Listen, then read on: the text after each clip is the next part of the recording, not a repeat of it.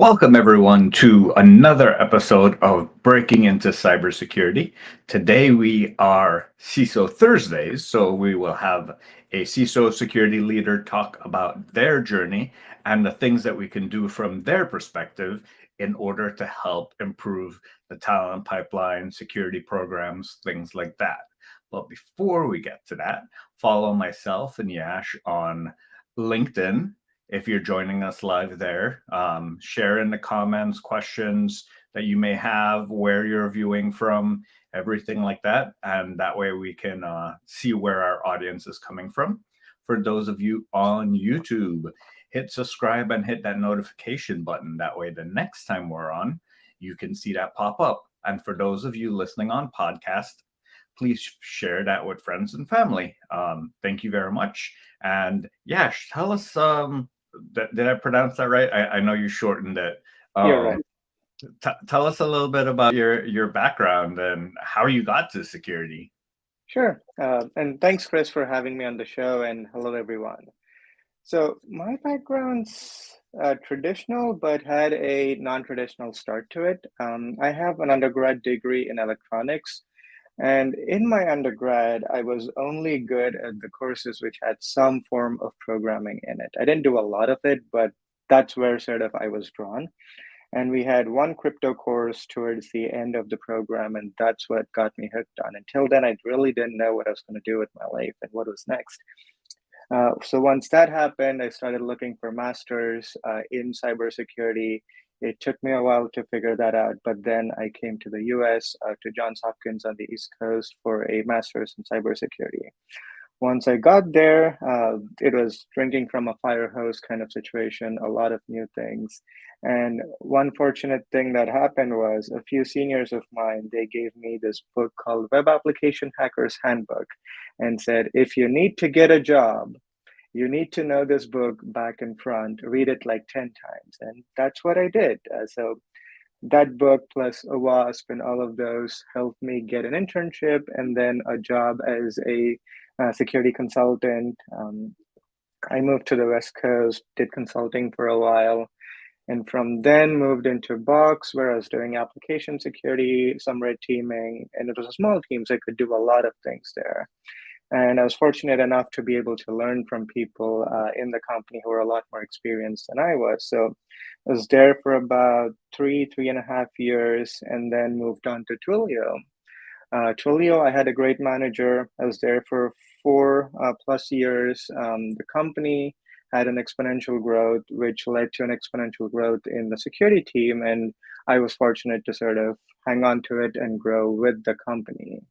And after that, I moved to Sendbird, which is my current job where I run security, compliance, and IT.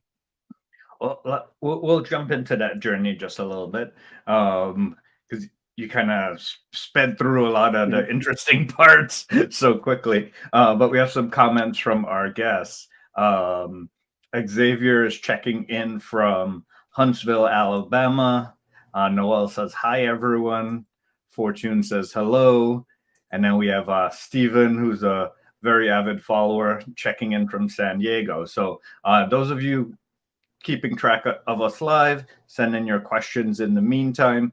But the first question I have for you, Yash, so they gave you the hacker's handbook to web application testing, and you read it back to front. Now, let me ask you something, and this is kind of one of those interesting questions in cybersecurity. Do you have to be able to code or to break code to be in cybersecurity? Not necessarily. And this is something that I have gone back and forth, and my views have changed or evolved over time. For the first few years of my career, I could write code, but very minimal. And I wasn't big on coding. And I was trying to convince myself that, hey, you don't need to know how to code. You're a pen tester. You have a job. You're in security. And that happened for a while.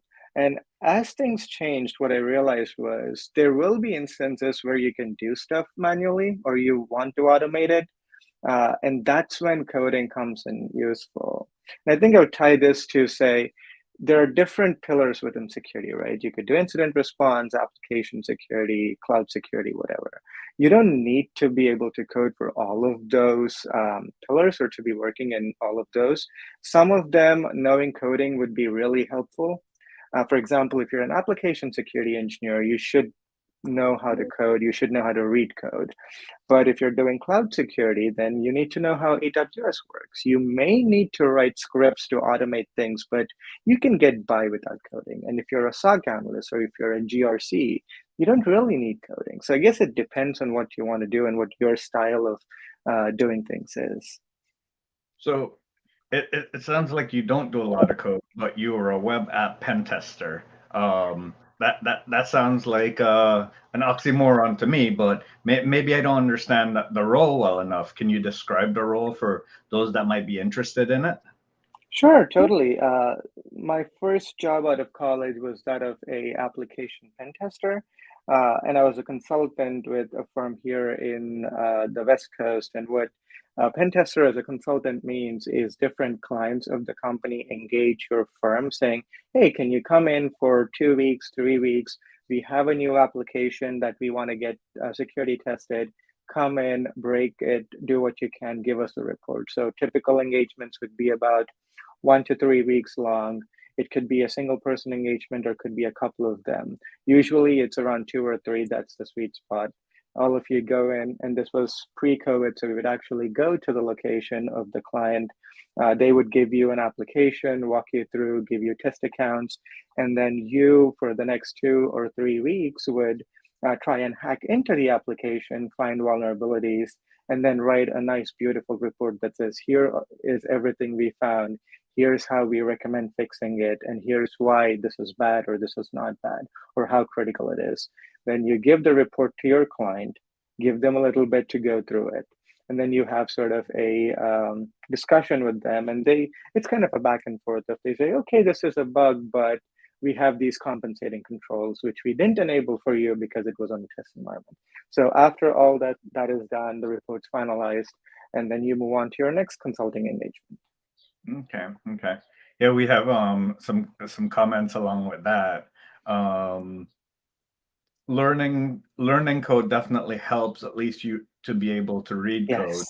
From Stephen, and then Xavier says, my thoughts, better you read code, the better you can assess it. And then he follows on by, then you learn to break I it. could not agree more. So as you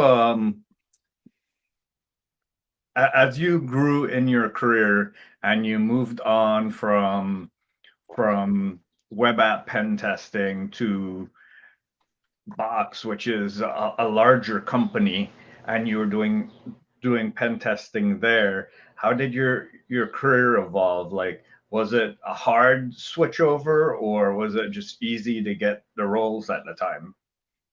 Um, it wasn't particularly hard to get the roles, but uh, it definitely had a change in mindset to be able to prepare for interviews because it wasn't just pen testing, right? When you join a product company, you're doing a lot more than that. Breaking applications is one part of it, but then trying to fix it, that's harder because there's so many constraints that you don't know as an outsider or a consultant. But once you get into the company, the developer or the engineering teams could say, you're right, but we can't do this for X, Y, and Z reasons. Then you have to come up with alternate solutions, work with them to find something that works. So all of that architecting and blueprinting, that's a very interesting but challenging process. So preparing for an interview to get into a company like that, I had to kind of broaden my scope a little bit from just application pen testing to some mobile apps, some infrastructure, some working with engineering things, and all of those items. But the basics that you need would already be there with you as a consultant. Interesting, interesting. Um, as you grew in your career, my impression is that you're on the highly technical side. How did you groom those skills if you when you went into people management to kind of do that pivot, or were you allowed to stay as an individual contributor in the manager and director type roles, and you didn't have to people manage just yet? I did people manage, so I do manage a lot of people, and right now I don't do technical work, and that's something I had to pull myself back from. Uh, in this instance, I was able to ease into it because when I became a manager, I didn't have a big team to manage. I had to hire and build up a team. So what that gives you is that slow ability to sort of start pivoting where you say, okay, I'm going from being 100% technical to 60% technical, 40% people management. And then eventually, as the team grows, it becomes 60-40, 80-20, 90-10. Then at some point, you have to make that decision of like, okay, now my team needs me to do these other things. I need to stop looking at code. I need to stop writing code and stop being completely hands-on technical. Was that hard for you? It is still hard. It is still hard. So it's still something that you're challenged with. We have a question from the audience. What advice would you give to a person transitioning from clinical lab sciences, where they're doing a master's in cybersecurity and they just passed their Security Plus, but they feel like they're not getting the roles and they're getting rejections? How would you advise them? One thing I would advise is to try and apply to consulting firms. They are usually more open to taking fresh grads or fresh into the role kind of people and then helping them become a good engineer slash consultant. So that's one thing I would suggest trying if you haven't. And since you have a clinical uh, background, maybe sort of mixing those two up and looking at healthcare tech companies with a cybersecurity role open might also be something that gives you an edge over other folks applying to the same role. That's a great point. And there's many of those consulting companies that have a medical Yep. division that Mm-hmm. focus solely on those types of individuals. Um, Couple more comments. Hey everyone, greetings coming in from the UK. Then we have Samuel from Woodbridge, and we have Julie Chapman, who's just recently on, mentioning to Fortune that she was in clinical sciences before the Navy. So let's move on to the next step of your career. So now you're leading a full grown program for an organization. How do you come in and assess as a new leader what's needed in a security program, and how do you build out the team for that? So at Sendbird, when I came in, there was a small team present. So to your first question, how do you assess what's needed? I think listening is an important part of it. So the first couple of months I spent talking to a lot of people, talking to the CTO, engineering leaders, like my team, and then sort of just seeing what was done, why it was done, what we need to do. And one thing that I would point out here is don't get to conclusions too soon. You may see a decision and say, okay, this is not the right decision. But if you look at the context in which the decision was made, you may have a different opinion then. So I guess listening and sort of learning from people who have been there, getting all of that institutional knowledge of the why and the what from the last couple of years um, is the first and most important step because it also builds credibility where people then realize that, okay, this is not somebody who's just coming in and judging what we do. He's here to help us and make the company better. Once you do that, then taking sort of a risk-based approach of what needs to be done next, because the chances are you'll see a gazillion things that need to be done, and trying to tackle all of them will burn you out, your team out, and everybody will be pissed at you. So risk ranking and seeing what's important to the company versus what may seem important just by the definition of it. That's step number two. And making that list of what's next in the next 12, 18 months, and then getting resources for it. Being driven by your risk decisions would sort of help you fuel that growth and achieve those targets. Okay. So so you have a small team, um, and potentially are going to grow the team. How do you create your own pipeline for future roles as well as prime the market to attract future candidates to your organization? That seems to be a hot topic today or in these days, right? Hiring. One thing that I've learned is when you're talking to people for one role, you probably look at 100 candidates before you hire a couple. Um, what I usually try and do is keep the candidate experience as smooth and as good as possible. So even if things don't work out today, they don't leave the interview scenario feeling bad or feeling low, but they go out saying, okay, this didn't work out, but it's a good company. I like the team. Maybe it'll work out in the future. So one thing that, and again, this is not my idea, I've stolen it from somewhere, is when a candidate goes through the on-site interview loop or the Zoom on-site interview loop and doesn't make it, then through the recruiter, I offer a 15, 30-minute phone call to sort of walk through why the selection didn't happen and what I can help them with to sort of steer them in the right direction. I think that has helped both the candidate to sort of change their perspectives and tactics for interviews, but also it kind of um, helps keep those connections open because that may work out later. Wow, that's an amazing offer to. I, I've seen, hey, it didn't work out for this reason, but to offer another 15 minutes of your time, that's very generous of you. How has that been working out? Like, have you liked the outcome? Have they mentioned they like the outcome? I've had a few candidates take me up on the offer, and they were pretty appreciative. It kind of connects a bond where they're like, "Look, nobody has done this with us before. We really appreciate it." Because, and I've been in this boat too, where you keep interviewing, you keep getting rejects, and you don't really know why.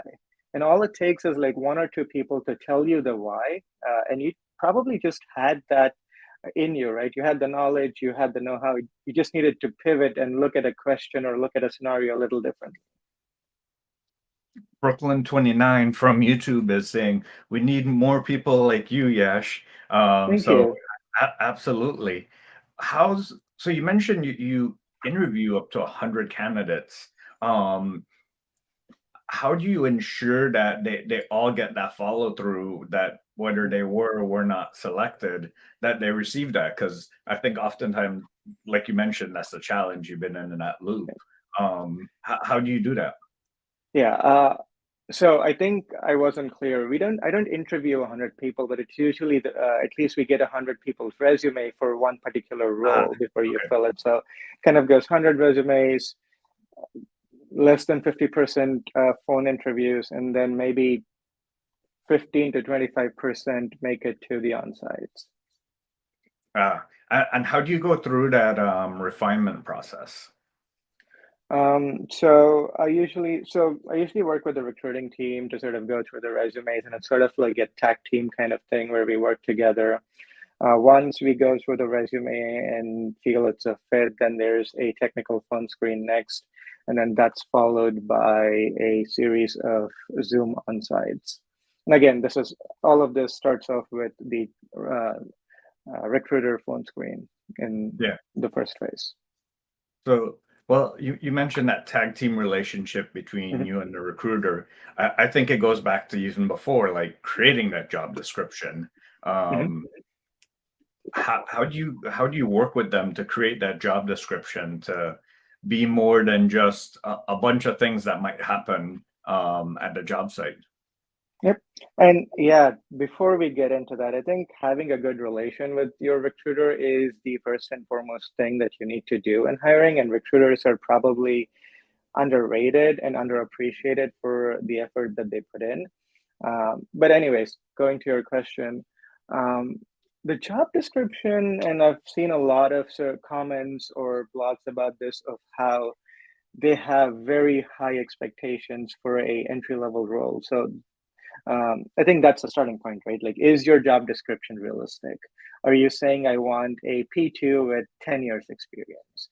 And I've had recruiters, fortunately, who keep me honest when I put in something which is on my wish list, they're like, hey, is this realistic, or do you want to move this from required to good to have? So what we do is have multiple sections where one section is like, this is absolutely what we need for the role. The other section is more like, it's good to have this, but you don't really need it for the role.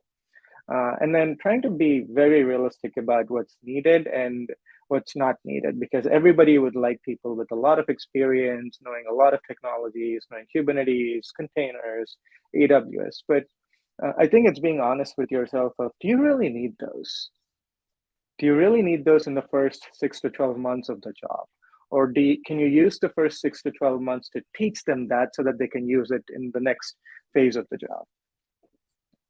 Wow. Wow. I love that approach, because I think there's often bad habits that can come from experience. And if you mentioned entry level, I wasn't gonna go there just yet, but being able to teach them something that is teachable versus looking for something that is more inherent within a candidate. That's a great approach, and I love that the recruiters are keeping you honest and going, do you really need that? So now that you have we'll start with entry level, someone in your role. How do you create that pipeline to build them up within your organization and allow them to understand what are the expectations needed to go from A to B to Z? Yeah, so before I hire somebody entry level or new to the job type of people, I make sure that I have somebody senior within the team who has the bandwidth to sort of help this person grow. Because the worst thing you could do is hire somebody to the role and not have somebody to mentor them and say, you're on your own, because they're going to fail in that role. So once we have determined that we're okay, this person is going to mentor the new grad or new person coming in as an entry level engineer, then it's setting expectations, because the other thing that happens is somebody gets the role and they are unsure of why they got the role and they're kind of scared. So the other thing that I've been trying to do, and I haven't been really good at it, is once I hire somebody, I tell them why I hired them. To boost their self-confidence and to sort of tell them that they are worth a lot and they just don't know it yet. So, and that sets the base, that tells them what they know, what we value as a company. And then it's the expectations that you need to set, saying, this is where you are, this is the level you're at, this is what you're expected to do, and this is what you need to do to grow. And then there are two things that happen from there, right? One, you need to have a job leveling matrix, which basically tells them very clearly what they need to do to progress. Because if you don't have it, it's kind of unclear. They're like, okay, I'm working, I'm doing projects, I don't really know what's next. So once that's in place, then sort of having a conversation with the person of like where they're interested and what they want to do, to sort of be able to create a roadmap that's both beneficial to the company and to the individual. Because you can't take a person who's interested in GRC and make them look at syslogs. That's not going to go anywhere. And once you have the alignment of interests, then you kind of have regular check-ins and then make sure that they're growing as well as delivering to the company. Okay.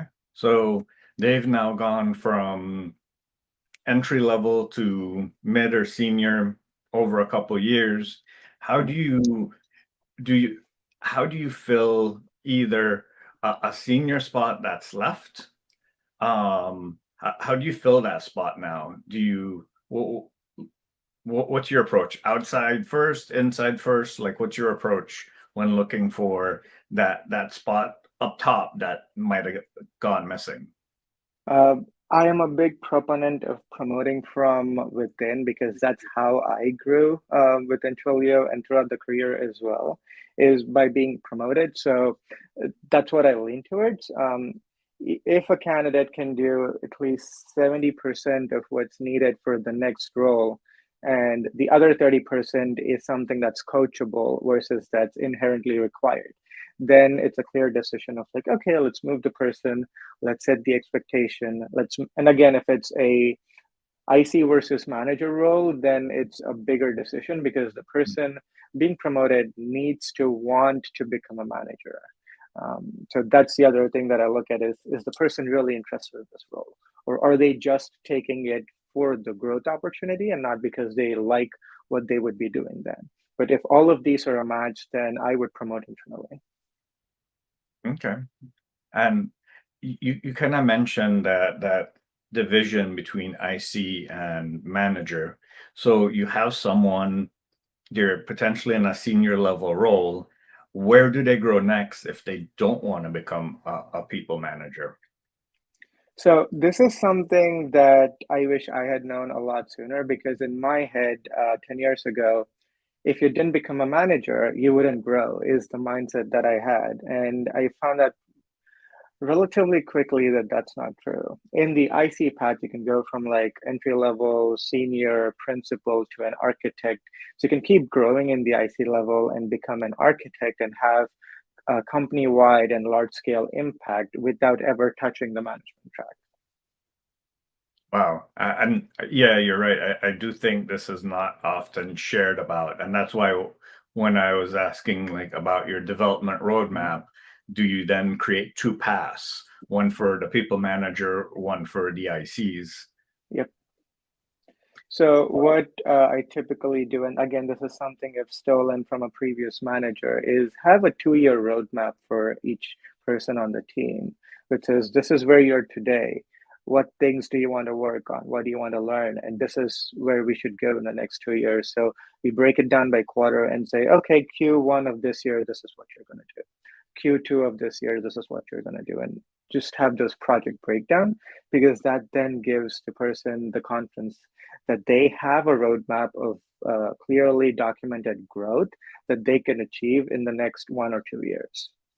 Oh, so you're even creating those growth milestones for them, because oftentimes Mhm. I've seen that managers expect you to know where you have to grow, and they'll judge you on competencies and skills at the end of the year, but they never set where that growth is supposed to go, and you're supposed to expect it. I take a different approach. I usually sit down with the candidate. I give them a heads up saying, think about what you want to do, and then have a conversation, a lengthy conversation, usually of where they are, what they want to do, and why they want to do that. And I think the why for me is important because, again, going back to our conversation about IC versus management, a lot of times I've seen people saying, I want to do this because I think that's the only way to grow. So kind of going back and forth, that helps because then everyone realizes that I can do what I really like to do and I enjoy doing and still grow in that domain. Absolutely. We have a great comment from Julie. People management isn't for everyone.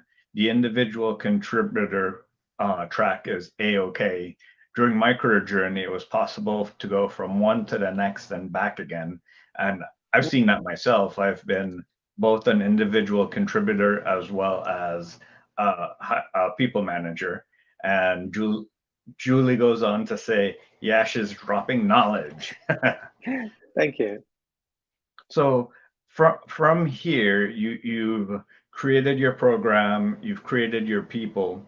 Um, how do you attract people outside to your organization or to you as a brand and make them aware that these are potential roles that are happening, or to follow your organization, or even to younger folks like Mhm. cybersecurity is something that's interesting and you should look into it. There are a couple of approaches I've taken which have worked in the past. One is if your team is happy and they're satisfied with the growth that you're offering them and what the work that they're doing, they have friends who are also potentially in cybersecurity. And word of mouth is probably the easiest way to attract talent. If your team's happy, they talk about it, and everybody wants to be in that team. So that's one easy way to do it. The other is sort of contributing back to the community, and it has sort of two benefits, right? I've used a lot of open source tools in the past, and we still do. So contributing back to the community is something big on my list, and I almost force people on my team to either write blogs, open source tools, or give talks. And I usually put that into their performance management for the year, saying, okay, do you want to write a blog or talk, or what do you want to do, right? But it goes in there.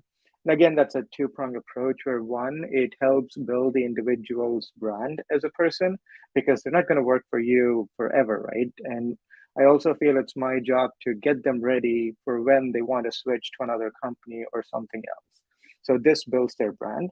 Plus, as you have a big public presence for your team and the work they do, that again attracts talent because people use your open source tool and be like, oh, this team's doing great stuff. Maybe I should go check out what they're doing. So combining both of those, it gets relatively easier. I don't want to say easy hiring, but that's one way where going into an interview, you don't have to explain what your team does. Wow, I love that. And Julie says she loves that too. I love specifically that you acknowledge that someone will not be with you forever and that you're creating that succession plan for them, that they will eventually need to go somewhere else and do something else, and you're preparing them for that. Yep, and there's only one condition that I put in front of everyone on the team, that they're open to interview, but if they interview, they better get the job. I love it. So let's kind of go back to an industry-wide approach. What are some of the things that we can do to improve the attractiveness of the cybersecurity industry to diverse groups, younger generations? Because I think many overlook how important cybersecurity is to this connected world. Yeah, I think the importance of security in the connected world is growing at a much faster pace than people wanting to get in. So, making the barrier to entry easier by sort of hiring with the expectation that we will teach you on the job is something that we've all been talking for a while, but it's difficult, right? Because as an organization, when you hire people, you're expected to deliver. But in the first 6 months, it takes time away from an engineer. Plus, you don't get the output from the new hire that you had. So you're technically on a net negative zone. So setting those expectations with the organization that hiring security is difficult and it's going to take time, it's going to take resources, and this is what we need to do. Versus saying, okay, we need to throw more money at this. It's not a throw more money at this problem. It's more, we need to get people, train them up, get people with the right attitude that will fit into the team, and then train them up and put them on a career path that they like. So they actually work with you to sort of grow into what they want to be. And that kind of helps me pivot into the importance of job satisfaction, because sure, once you're in security, the next thing is like, are you growing? Are you able to do what you want to do? And it also goes into another aspect of security where a lot of times getting security buy-in from the engineering teams, from the company, is hard.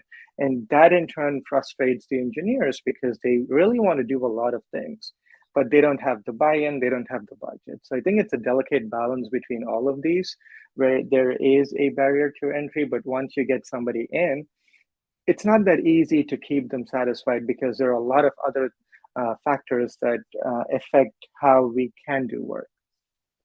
So I want to tackle, you mentioned a couple amazing things there that I want to break apart.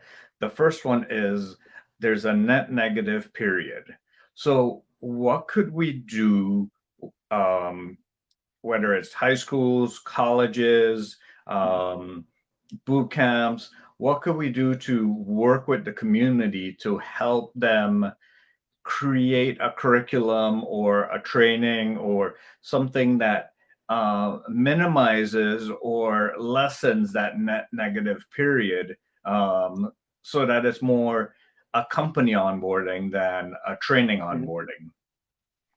I think having sort of basic cybersecurity 101 courses in community colleges in sort of high schools, and they don't have to go super in depth technically, right? But just creating that mindset of how the internet works, why it's not secure, and why we need more people to help secure it. That just lights fire under people of like, okay, this is interesting. I want to go secure the digital world. I think that could be a good starting point of where you don't teach people stuff, you just make them interested in it. And in today's world, if somebody's interested in doing something, there are a lot of resources for them to pick up. So you mentioned starting that in high school or in college or maybe middle school? Sure. No, because I did what 3 years ago now because of the Mhm, pandemic. I did a half hour at my son's mhm, school, and he was in elementary school, and we kind of talked about like the different things to look out for as a at the time 5-year old on the internet, mhm, and how to be safe, and how to protect yourself, mhm. and don't like be cautious of who's talking to you at that age. So I think like starting as young as possible is definitely important. Yep, totally. Once you start at that level, I think it's also important to keep the continuity going because you can't just start when you're really young and then not have another follow-up session. So it needs to be like a path that goes from like what's appropriate at a age level. So you talk about that, and then as kids grow older, like more appropriate content for them if that's available. I think that will keep that enthusiasm alive throughout their journey. So what can companies do to help influence the curriculum, or even individuals in the company work with their local school districts to do a session like this?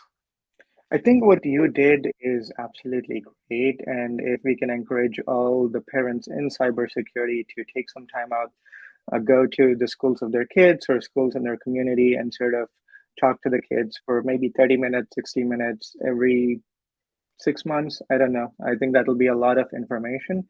And then companies can also help their security team members do that, right? Today, a lot of companies have global service days where you can go donate your time. So if you can integrate that into an activity where you go talk to kids about security, that'll make it easier for people like us to go do that.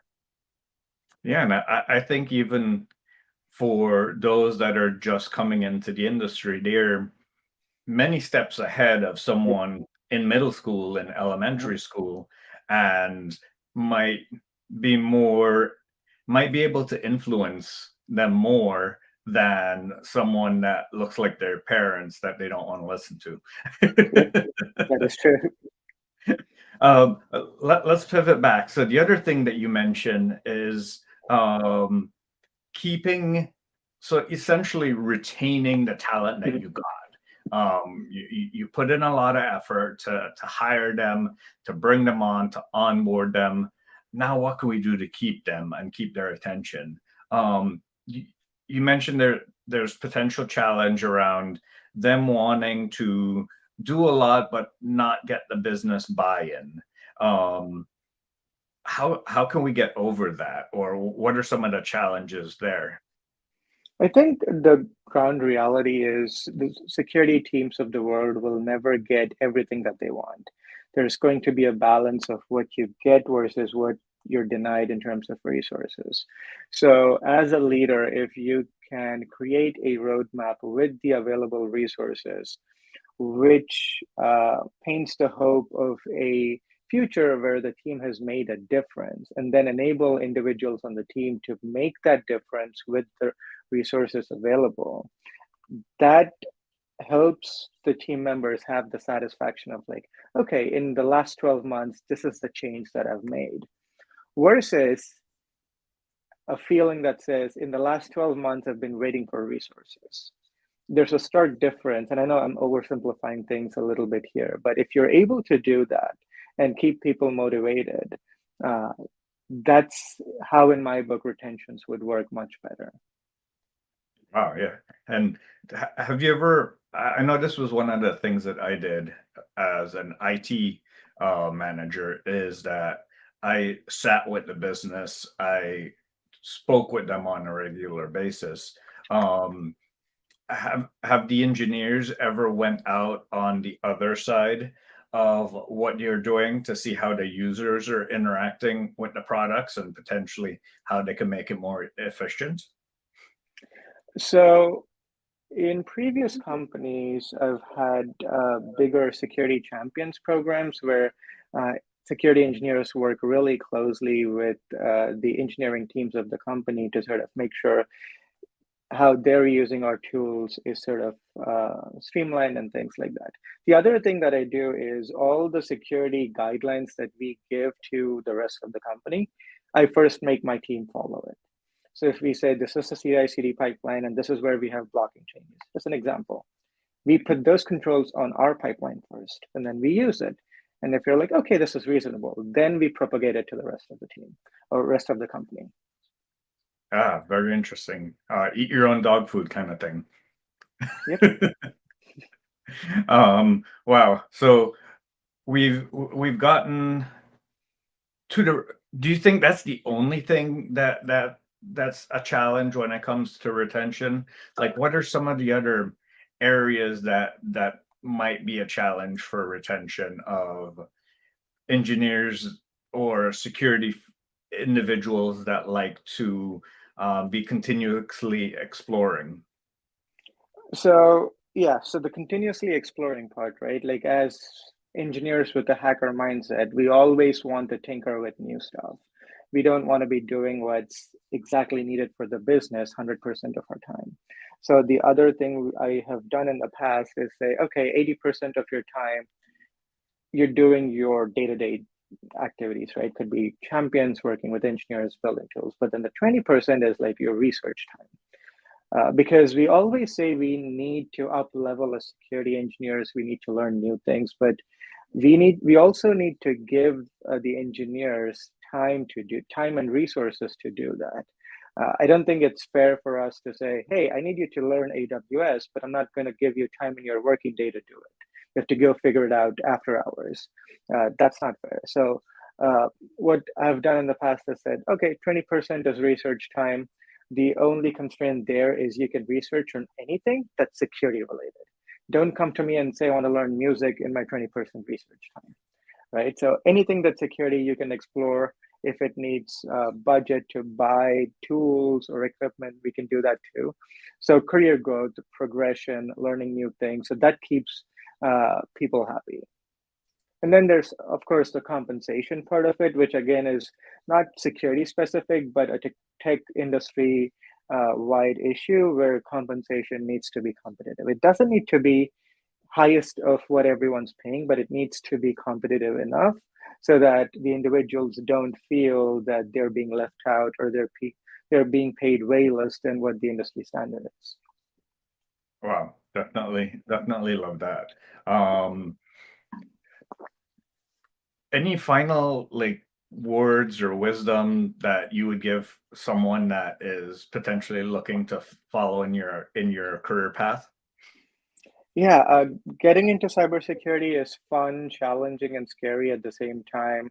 Uh, Work hard, find a mentor, learn as much from them as you can, and I can guarantee you that you will succeed.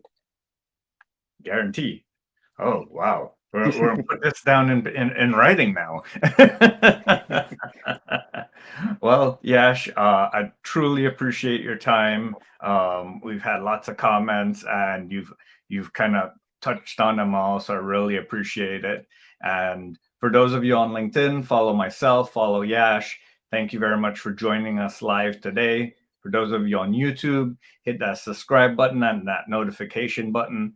And for those of you on podcast after the fact, give us a 10-star rating wherever you can, or at least 5, and share it with as many friends and family. Thank you all for joining us today. Yash, thank you so much. Thanks for having me.